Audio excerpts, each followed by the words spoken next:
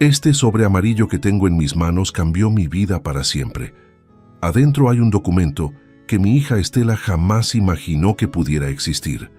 Hace 20 minutos me gritó: «Pide el crédito o te vas de esta casa ahora mismo». Pero lo que ella no sabía es que yo no necesitaba pedir ningún crédito, porque en este sobre está la prueba de que soy dueño de algo que vale más dinero del que ella podría gastar en toda su vida. Mi nombre es Fernando Molina. Tengo 69 años y durante los últimos 5 años he vivido como un inquilino en la casa que yo mismo le regalé a mi hija cuando se casó. 5 años siendo tratado como un estorbo, 5 años escuchando indirectas sobre lo caro que sale mantenerme, 5 años fingiendo que no me dolía cada comentario hiriente.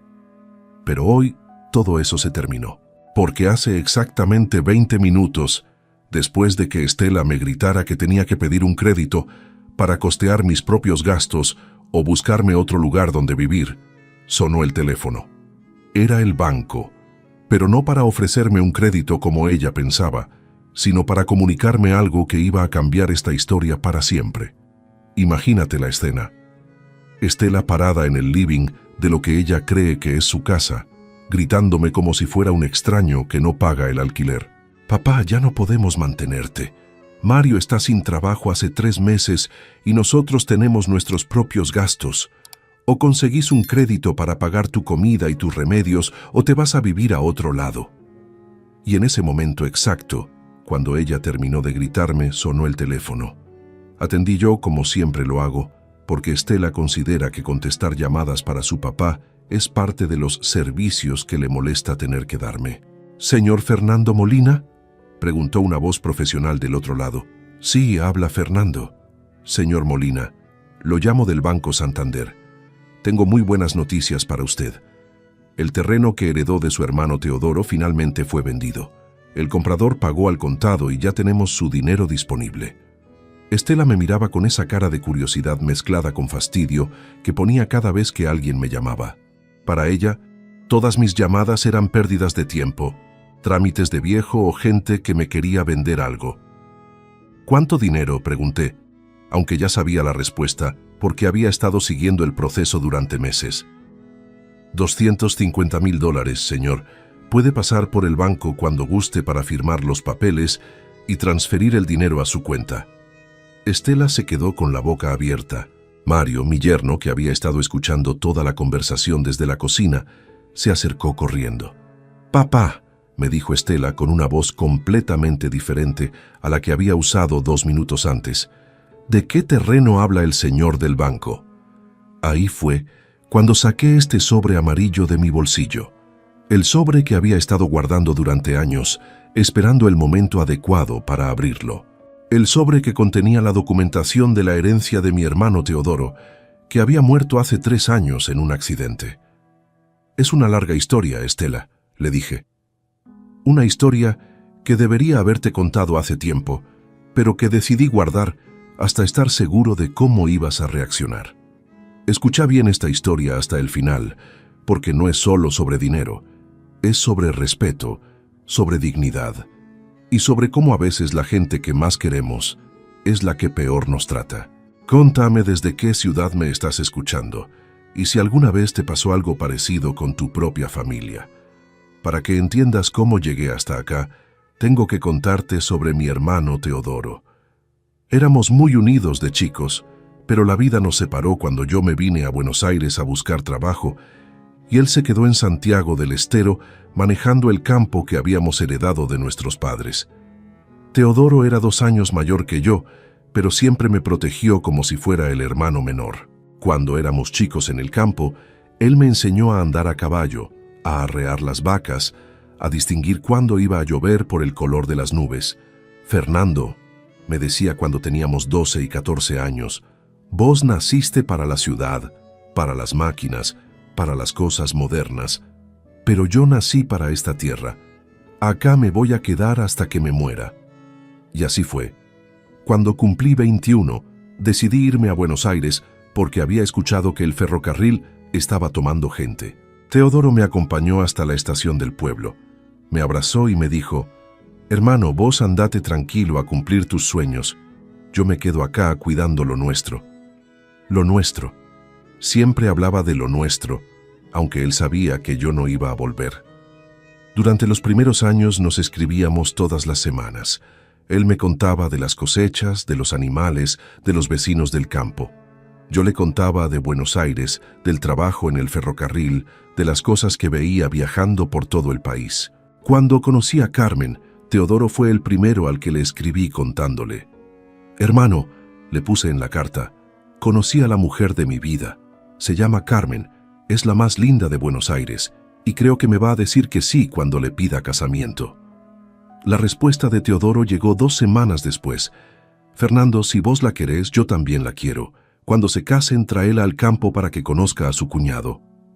Carmen y yo fuimos a Santiago del Estero para la luna de miel. Teodoro nos recibió como si fuéramos reyes.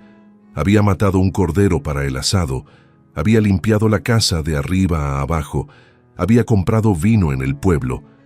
«Cuñada», le dijo a Carmen el primer día, «usted va a ver que este hermano mío es un poco cabeza dura, pero es el mejor hombre del mundo». Carmen se enamoró del campo, de Teodoro, de esa vida tranquila que nosotros habíamos dejado. «Fernando», me dijo mientras caminábamos por las 2 hectáreas que rodeaban la casa, «entiendo por qué tu hermano no quiere irse de acá. Es el lugar más hermoso que vi en mi vida». Teodoro nunca se casó. Tuvo novias, por supuesto.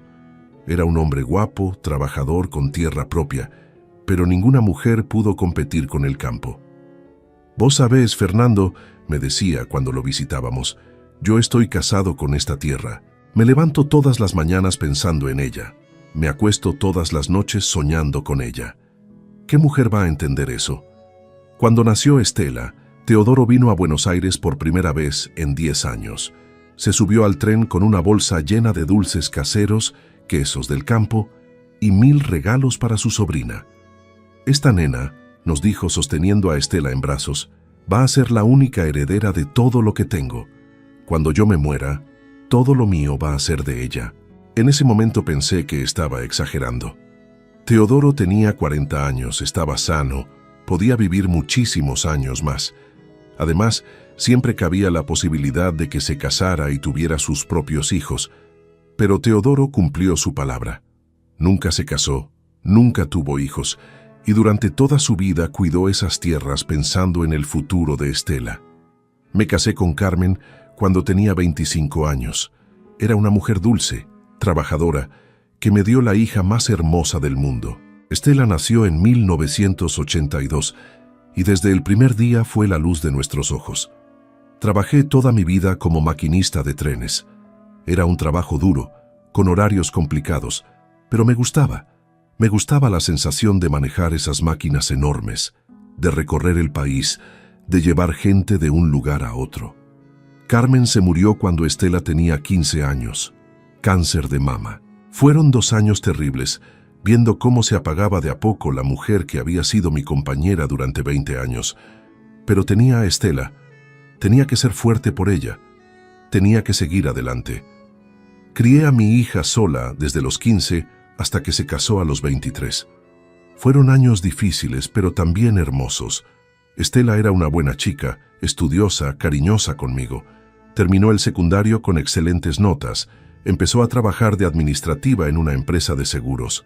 Cuando conoció a Mario, yo pensé que había encontrado un buen hombre. Mario trabajaba de electricista. Era callado pero respetuoso. Parecía querer mucho a Estela. Se casaron en 1995, en una fiesta modesta pero linda que yo pagué con todos mis ahorros. Como regalo de casamiento les compré esta casa. No era una casa grande ni lujosa, pero era linda, cómoda, en un barrio tranquilo. Usé todo lo que tenía ahorrado, más un préstamo que saqué del banco, para darles su primer hogar. «Papá», me dijo Estela el día que les entregué las llaves, «no sabes lo que significó esto para nosotros. Toda la vida te voy a estar agradecida». Los primeros años fueron buenos. Estela y Mario eran felices, trabajaban los dos, se querían. Yo vivía en un departamento pequeño cerca del centro, los visitaba los fines de semana, cenábamos juntos, éramos una familia unida. Pero las cosas cambiaron cuando nacieron los chicos. Primero llegó Lucas, después Valentina. Estela dejó de trabajar para cuidar a los bebés y Mario empezó a tener dificultades económicas. El trabajo de electricista no le alcanzaba para mantener a toda la familia.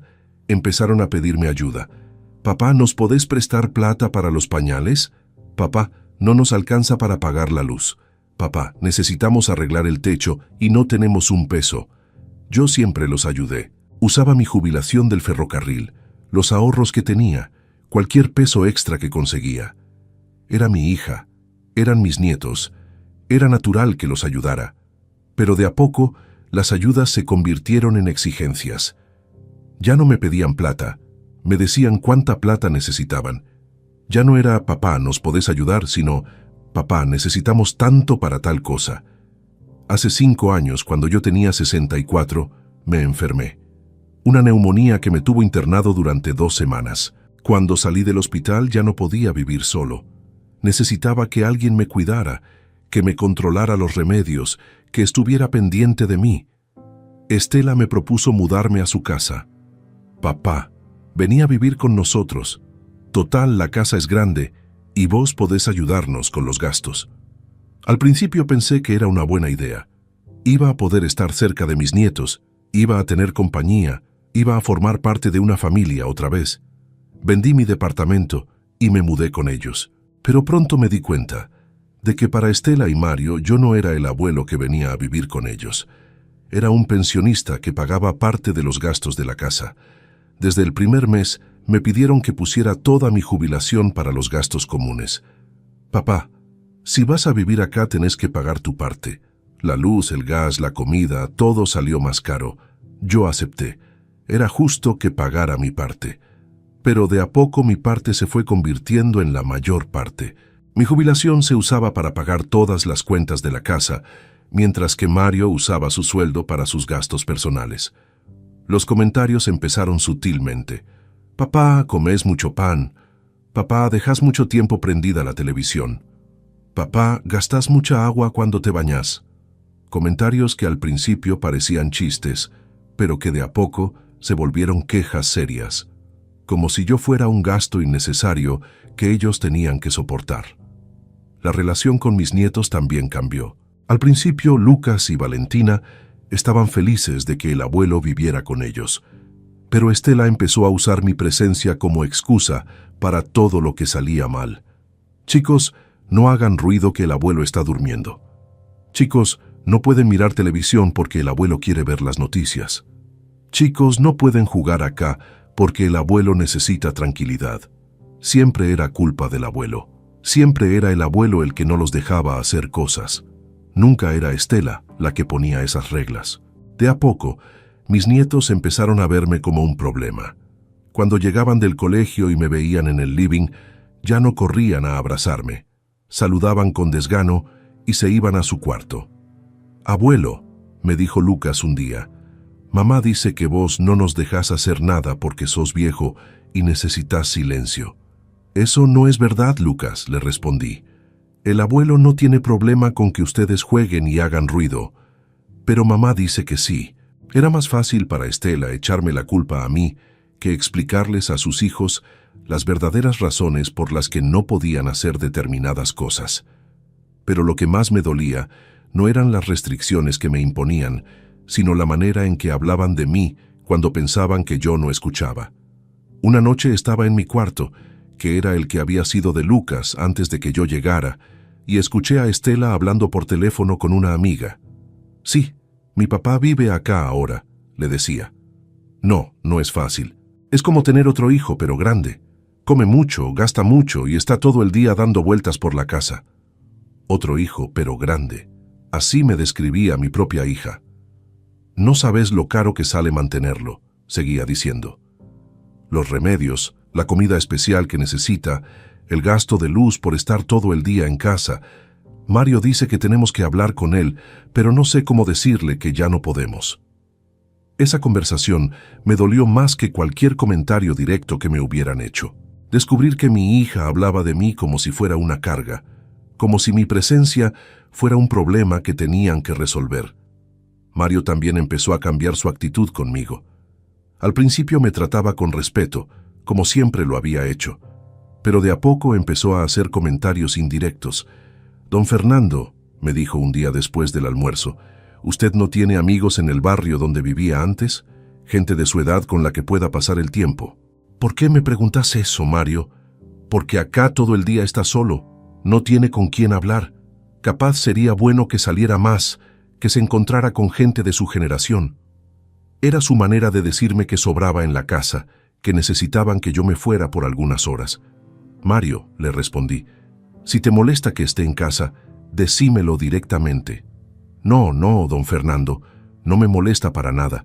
Solo pensaba que capaz usted se aburría acá». Pero yo sabía que no era por mi aburrimiento, era porque mi presencia los incomodaba. Los últimos 2 años fueron especialmente duros. Mario perdió varios trabajos, las platas empezaron a escasear y yo me convertí en el chivo expiatorio de todos los problemas de la familia. «Papá, la comida está carísima y vos comés como si fueras un pibe de 20 años. Papá, los remedios que tomás cuestan una fortuna. Papá, no podemos seguir manteniendo a alguien que no aporta nada más que problemas». Aportar problemas. Mi propia hija pensaba que yo solo aportaba problemas. Cada vez que había una discusión sobre dinero en la casa, mi nombre aparecía como parte del problema. Si no fuera por los gastos de papá, podríamos pagar la tarjeta. Si no fuera por los remedios de papá, podríamos arreglar la heladera.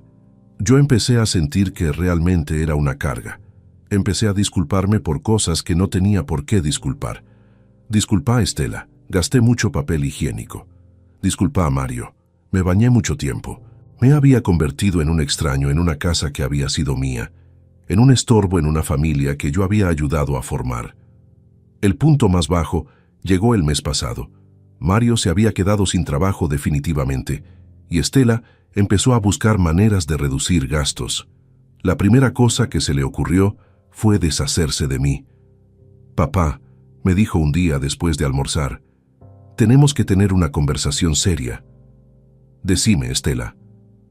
«Nosotros ya no podemos mantenerte. Los gastos son muchos. Mario no tiene trabajo, y vos cada vez necesitas más cuidados.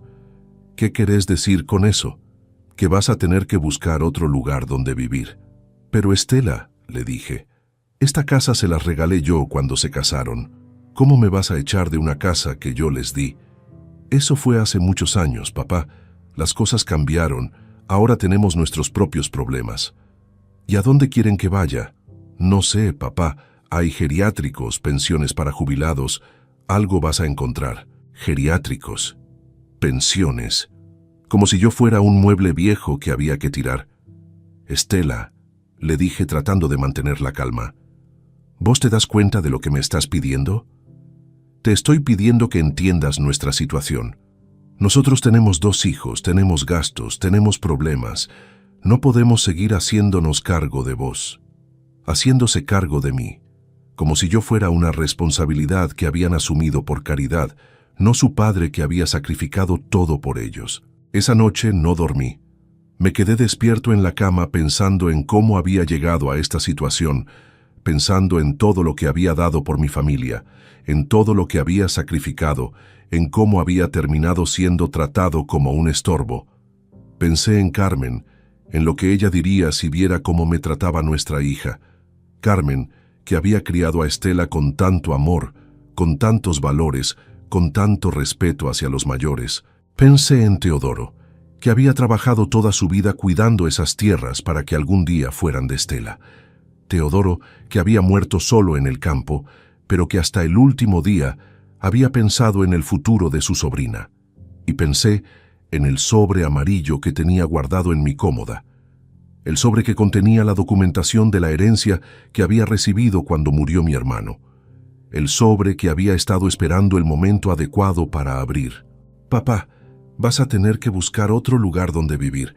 Nosotros ya no podemos mantenerte». «Pero Estela», le dije, «esta casa se las regalé yo cuando se casaron. ¿Cómo me vas a echar de una casa que yo les di?» «Eso fue hace muchos años, papá. Las cosas cambiaron. Ahora tenemos nuestros propios problemas». «¿Y a dónde quieren que vaya?» «No sé, papá. Hay geriátricos, pensiones para jubilados. Algo vas a encontrar. Geriátricos, pensiones, como si yo fuera un mueble viejo que había que tirar. Pero había algo que Estela no sabía, algo que había mantenido en secreto durante 3 años, desde que murió mi hermano Teodoro. Teodoro había muerto en un accidente con el tractor en el campo. Tenía 67 años, estaba solo. Nadie se dio cuenta, hasta 2 días después cuando los vecinos fueron a ver por qué no había aparecido por el pueblo. La última vez que hablé con Teodoro por teléfono fue 3 días antes de su muerte. Me había llamado muy contento porque había cerrado un trato para vender parte de la cosecha de soja a muy buen precio. Fernando, me dijo con esa alegría que siempre tenía cuando hablaba de sus proyectos, este año va a ser muy bueno. La soja está bárbara, los precios están por las nubes. Con lo que voy a ganar este año, voy a poder hacer las refacciones que le faltan a la casa. Me alegro, hermano. Siempre fuiste el más inteligente para el campo. Y vos siempre fuiste el más inteligente para la ciudad. Entre los dos sabemos de todo, me dijo riéndose. Fue la última vez que escuché la risa de mi hermano. El accidente pasó un martes por la mañana. Teodoro estaba trabajando solo en un lote alejado de la casa, preparando la tierra para la próxima siembra. El tractor se volcó y él quedó atrapado debajo. Como vivía solo y el lote estaba lejos del camino principal, nadie se dio cuenta de lo que había pasado. Recién el jueves, cuando no apareció por el almacén del pueblo a comprar los víveres de la semana, como hacía siempre, don Ramón, el almacenero, se preocupó. «Es raro que Teodoro no haya venido», le dijo don Ramón a su mujer. «Hace 20 años que viene los jueves a la mañana a hacer las compras». Esa tarde, don Ramón y 2 vecinos más fueron hasta el campo a ver qué pasaba. Encontraron a Teodoro debajo del tractor, ya muerto. Había estado agonizando durante 2 días, solo, sin nadie que lo pudiera ayudar. La noticia me llegó el viernes por la noche. Un policía de Santiago del Estero me llamó a casa para decirme que tenía que viajar porque habían encontrado muerto a mi hermano. «¿Cómo murió?», le pregunté. «Accidente de trabajo, señor. El tractor se le volcó encima». Esa misma noche tomé el primer colectivo que salía para Santiago del Estero. Fueron 12 horas de viaje, 12 horas pensando en mi hermano, en cómo había muerto solo, en todas las cosas que no le había dicho. Cuando llegué al campo, lo primero que vi fue el tractor todavía volcado en el mismo lugar donde había pasado el accidente. Los vecinos habían sacado el cuerpo de Teodoro, pero habían dejado la máquina ahí como una tumba de hierro. La casa estaba igual que siempre. Teodoro había dejado todo ordenado, como si supiera que no iba a volver. Los platos lavados en la cocina, la cama hecha, la ropa doblada en el ropero. En su escritorio encontré una carpeta con una nota que decía «Para mi hermano Fernando». Adentro estaban todos los papeles de la herencia, los títulos de propiedad de las tierras, los documentos del banco, todo perfectamente ordenado. También había una carta dirigida a mí, la letra temblorosa de Teodoro, que ya no era la misma de cuando éramos jóvenes. «Fernando», decía la carta, «si estás leyendo esto es porque ya no estoy. No te pongas triste, hermano, porque yo viví la vida que quise vivir. Cuidé estas tierras para vos, para Estela, para que algún día ustedes puedan tener algo de valor. Todas estas hectáreas ahora son tuyas. Hacé con ellas lo que quieras, pero acordate que cada surco fue trabajado pensando en el futuro de nuestra familia. Cuida bien a esa nieta mía, que es lo más lindo que tenemos. Te quiero, hermano. Nos vemos del otro lado». Lloré como no había llorado desde que murió Carmen. Lloré por mi hermano que había muerto solo. Lloré por todas las visitas que no le había hecho. Lloré por todos los planes que habíamos tenido y que ya no íbamos a poder cumplir. El funeral de Teodoro fue simple. Vino poca gente, algunos vecinos del campo, el almacenero, el mecánico del pueblo. Teodoro había vivido una vida solitaria, pero había sido respetado por todos los que lo conocían. «Don Teodoro era un hombre bueno», me dijo don Ramón después del entierro. Trabajador, honesto, siempre tenía una palabra amable para todos. Va a hacer mucha falta en el pueblo. Después del funeral, tuve que quedarme varios días en Santiago del Estero para hacer todos los trámites de la sucesión. Como era su único hermano vivo y él nunca se había casado, yo heredé todo lo que tenía: la casa, los animales, las herramientas y, lo más importante, el terreno. Eran 200 hectáreas de campo muy bueno en Santiago del Estero. Tierras que nuestros abuelos habían trabajado durante décadas, que nuestros padres habían cuidado, que Teodoro había mantenido hasta el día de su muerte. Al principio pensé en quedarme con el campo, en irme a vivir allá, en retomar la vida rural que había dejado cuando era joven. Pero tenía 66 años, acababa de salir de una neumonía, no estaba en condiciones de trabajar la tierra. Decidí venderlo, pero no cualquier venta. Quería encontrar el comprador adecuado, alguien que valorara esas tierras, que las cuidara como las había cuidado Teodoro. No quería que terminaran en manos de algún empresario que las usara solo para especular. El proceso llevó 3 años. 3 años de negociaciones, de papeles, de trámites. Aparecieron muchos interesados, pero la mayoría eran inversores de Buenos Aires que querían comprar barato para vender caro después.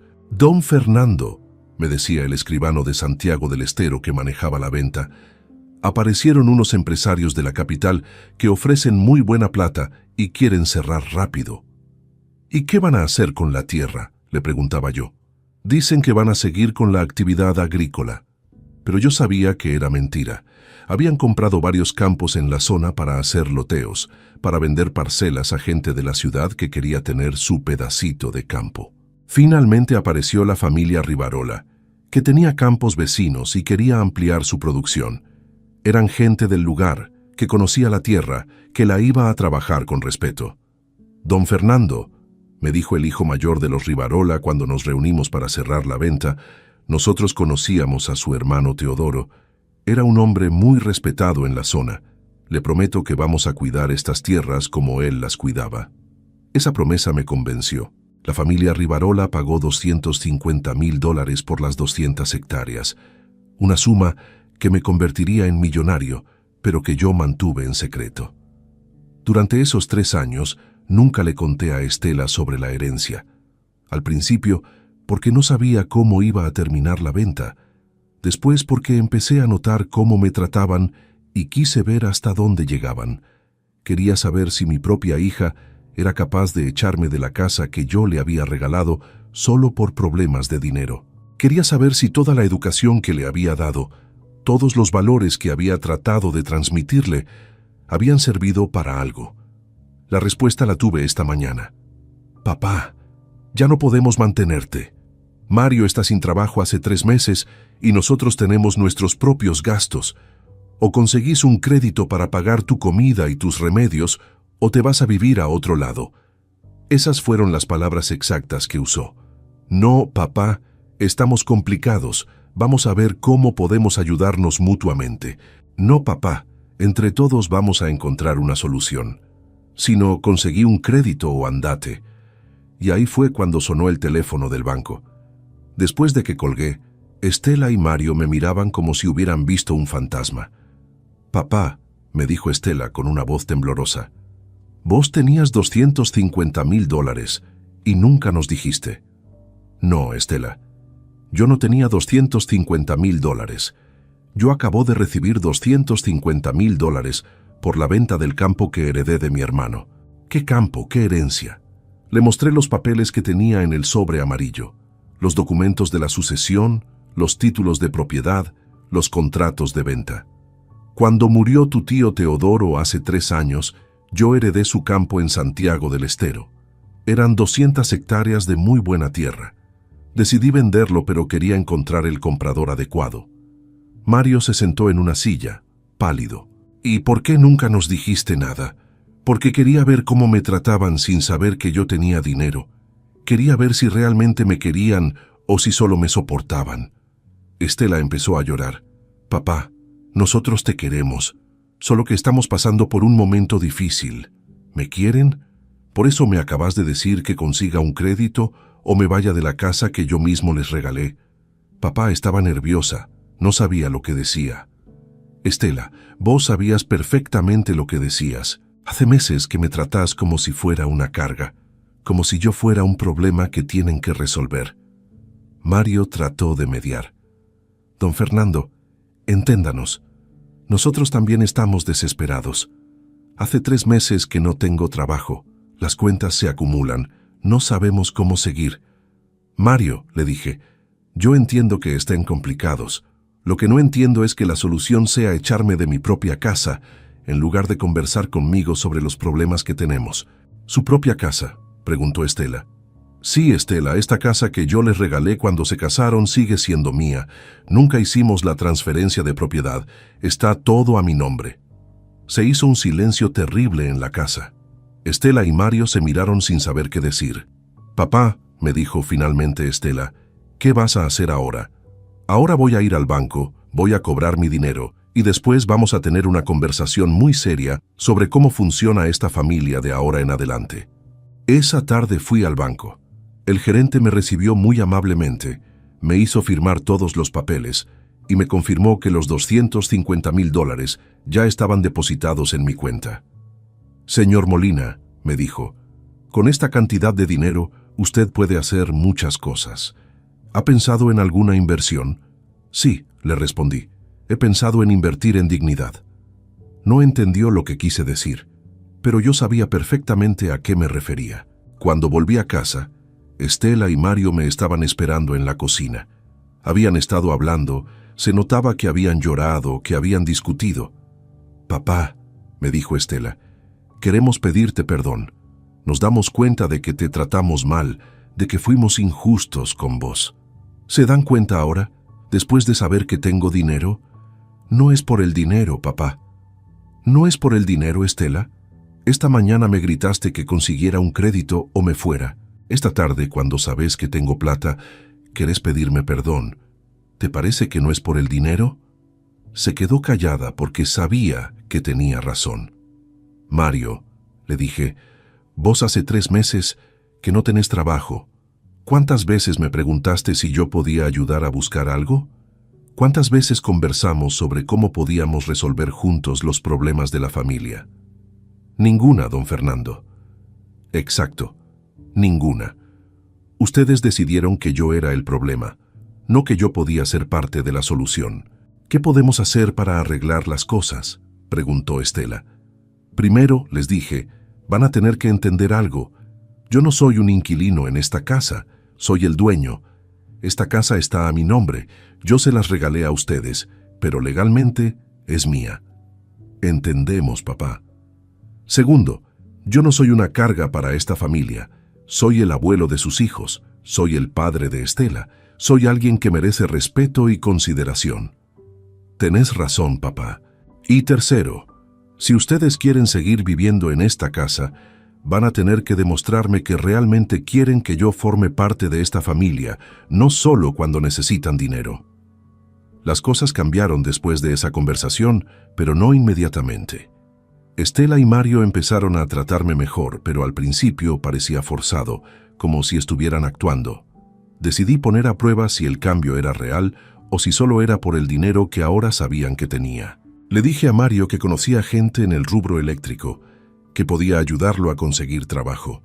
Pero en lugar de darle directamente los contactos, lo hice trabajar por ello. Le pedí que me mostrara que realmente quería cambiar la relación conmigo.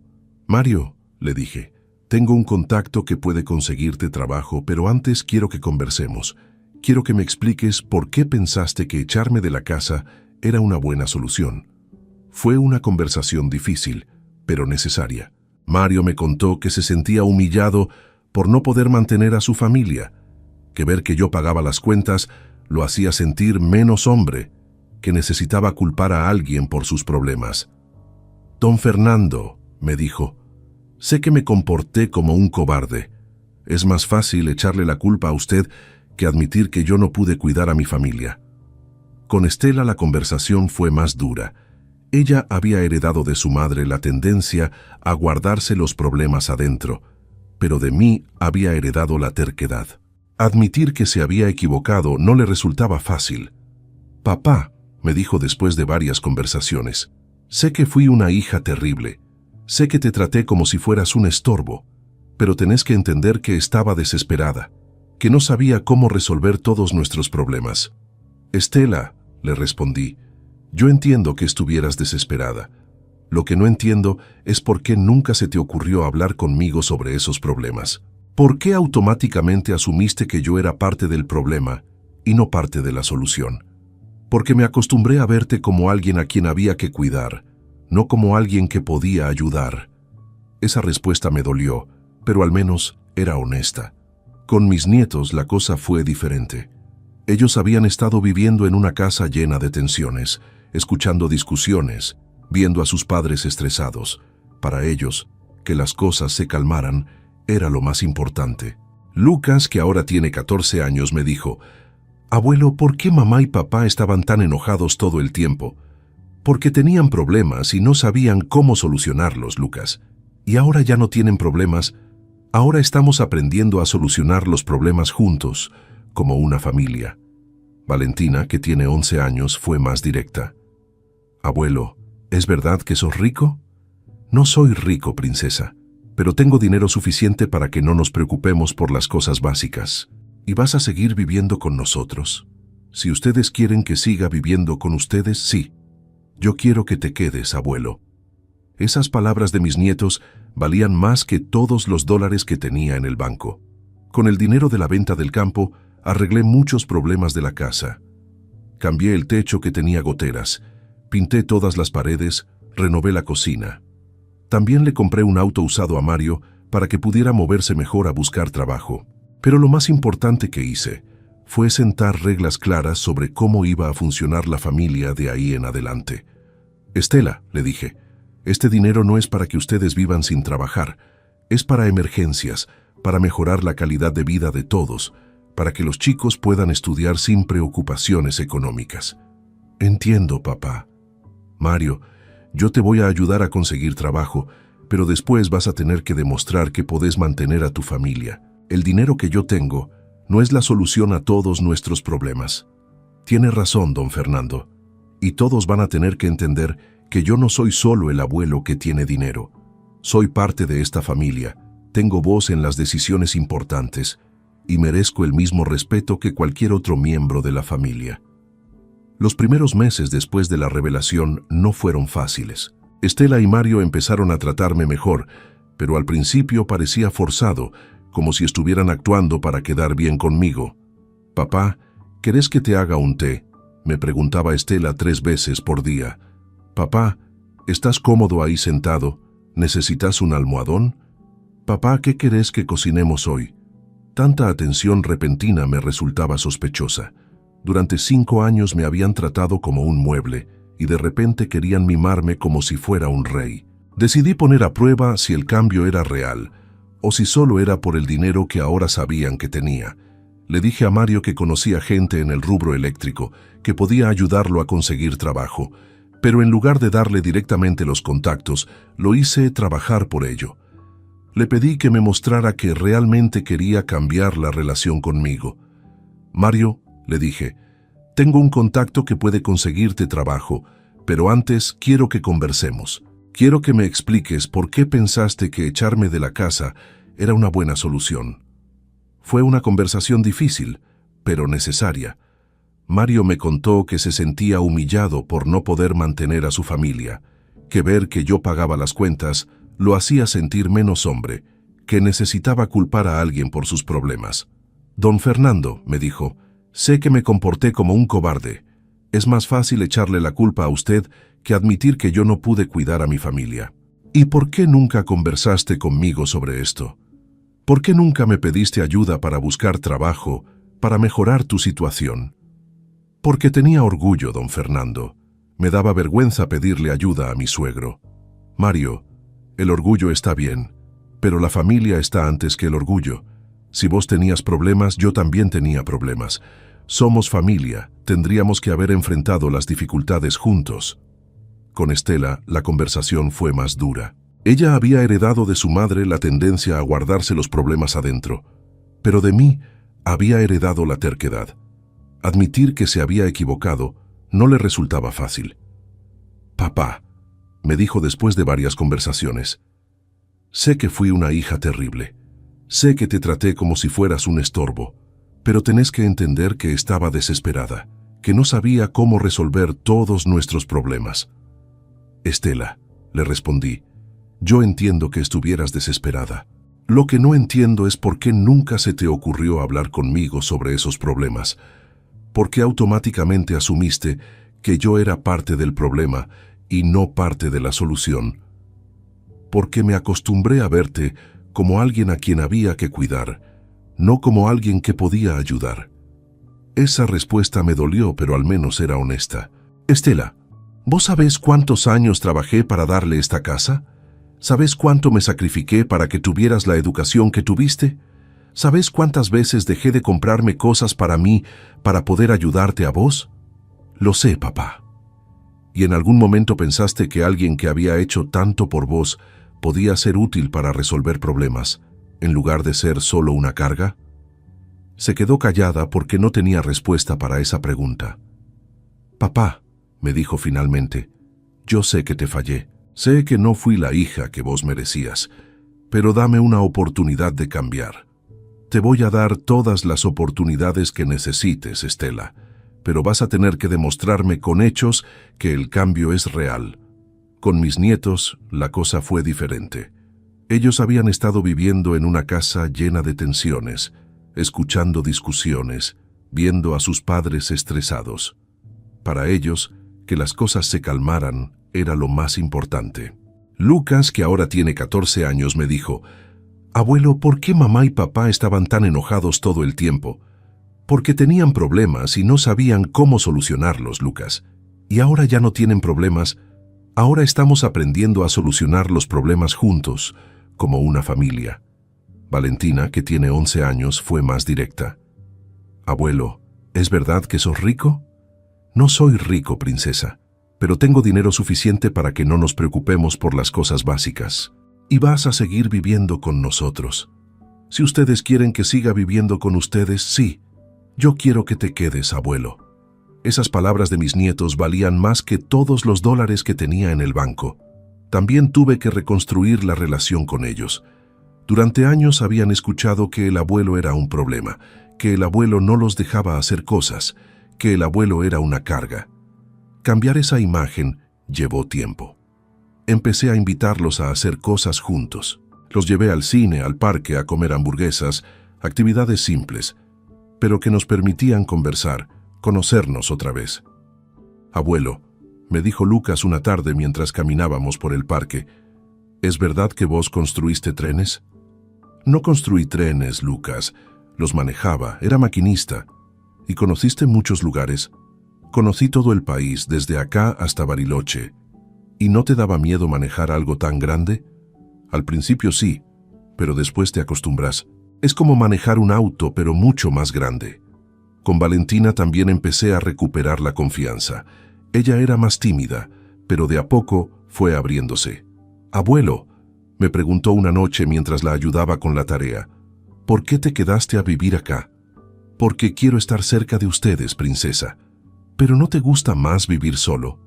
«Antes me gustaba vivir solo, pero ahora prefiero vivir con ustedes, si ustedes me quieren acá». «Yo te quiero acá, abuelo. Pero a veces papá y mamá se enojan». «Ya no se van a enojar más, Valentina. Ahora todos vamos a tratar de llevarnos bien». 6 meses después de esa llamada del banco, la vida en esta casa es completamente diferente. Mario consiguió trabajo en una empresa de instalaciones eléctricas. Estela volvió a trabajar mediodía en una oficina. Los chicos están yendo al colegio sin preocupaciones. Pero lo más importante es que recuperé mi lugar en la familia. Ya no soy el abuelo que molesta, soy el abuelo que aporta ideas, que ayuda con las decisiones, que participa de la vida familiar. Ahora, cuando los chicos tienen problemas en el colegio, vienen a contarme. Cuando Estela tiene dudas sobre algo, me consulta. Cuando Mario necesita ayuda con algún trabajo, me pide consejos. «Don Fernando», me dijo Mario la semana pasada, «tengo que hacer una instalación muy complicada en una fábrica. ¿Usted conoce algo de instalaciones industriales?» «Algo sé, Mario. En el ferrocarril trabajé muchos años con instalaciones eléctricas». «¿Me puede dar una mano?» «Por supuesto. Era la primera vez en 5 años que alguien de mi familia me pedía ayuda para algo que no fuera dinero. El mes pasado celebramos mi cumpleaños número 70. Estela me hizo una torta. Mario me regaló una camisa linda. Los chicos me hicieron tarjetas con sus propias manos. Pero el mejor regalo fue escuchar a Estela decir delante de toda la familia: «Papá, gracias por todo lo que hiciste por nosotros, no solo por el dinero, sino por enseñarnos que la familia se trata con respeto». También empezamos a hacer cosas que nunca habíamos hecho juntos. Los domingos salimos a pasear. A veces vamos al parque, a veces al centro. Los chicos me muestran sus programas favoritos en la televisión. Yo les cuento historias del ferrocarril. «Abuelo», me dijo Lucas el domingo pasado, «¿podemos ir algún día a Santiago del Estero a conocer el campo donde vivía el tío Teodoro?» «Ya no es nuestro, Lucas, lo vendí. ¿Pero podemos ir a ver cómo es? Si quieren, podemos hacer un viaje». La idea de volver a Santiago del Estero me emocionó. Hacía 3 años que no pisaba esos lugares desde el funeral de Teodoro. Sería lindo volver, esta vez con mis nietos, para mostrarles de dónde venimos. «¿Y podemos conocer a los nuevos dueños?», preguntó Valentina. «Seguramente. Son gente muy buena». Estela, que había estado escuchando la conversación, se sumó. «Papá, a mí también me gustaría conocer el lugar donde creciste». Era la primera vez que Estela mostraba interés por conocer mis orígenes, por entender de dónde venía la familia. «Podemos ir en las próximas vacaciones», les dije. «Les va a gustar conocer el campo». También empecé a contarles más cosas sobre Carmen, sobre Teodoro, sobre nuestra historia familiar.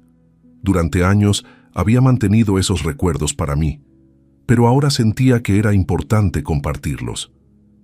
«Abuela Carmen era muy linda», le dije a Valentina mientras le mostraba fotos viejas. «¿Se parecía a mamá?» «Sí, princesa, mamá se parece mucho a la abuela. Tiene los mismos ojos, la misma sonrisa». «¿Y ella también te quería mucho?» «Muchísimo. Y vos le hubieras encantado». Estas conversaciones me dieron cuenta de que durante años había estado tan ocupado en los conflictos del presente que me había olvidado de transmitir la historia de la familia. Ahora tenía tiempo y ganas de hacerlo. ¿Me arrepiento de haber guardado el secreto durante tanto tiempo? No. Fue doloroso pero necesario. Necesitaba saber si mi familia me quería por quien soy o solo por lo que puedo darles. La herencia de mi hermano Teodoro no solo me dio dinero, me dio la oportunidad de recuperar la dignidad, de poner límites, de enseñarle a mi familia que las personas mayores no somos cargas, somos tesoros. ¿Vos qué harías en mi lugar? ¿Habrías perdonado tan fácilmente? ¿O habrías sido más duro? Te voy a decir algo que aprendí de toda esta experiencia. A veces el dinero no es lo más importante, pero sí es importante tenerlo cuando necesitas demostrar tu valor. Mi hermano Teodoro, sin saberlo, me dio el arma que necesitaba para defender mi lugar en esta familia. Si hay alguien en tu familia que te está tratando mal, que te está faltando el respeto, que te hace sentir como una carga, recordá que vos también tenés valor. Puede que no tengas $250,000, pero tenés experiencia, tenés amor, tenés cosas que dar. No dejes que nadie te haga creer que sos un problema. Vos sos parte de la solución. ¿Y vos, desde qué ciudad me estás escuchando? ¿Alguna vez tuviste que defender tu lugar en tu propia familia? Contame si esta historia te sirvió para reflexionar sobre el valor que tenés como persona, más allá del dinero que puedas tener en el banco.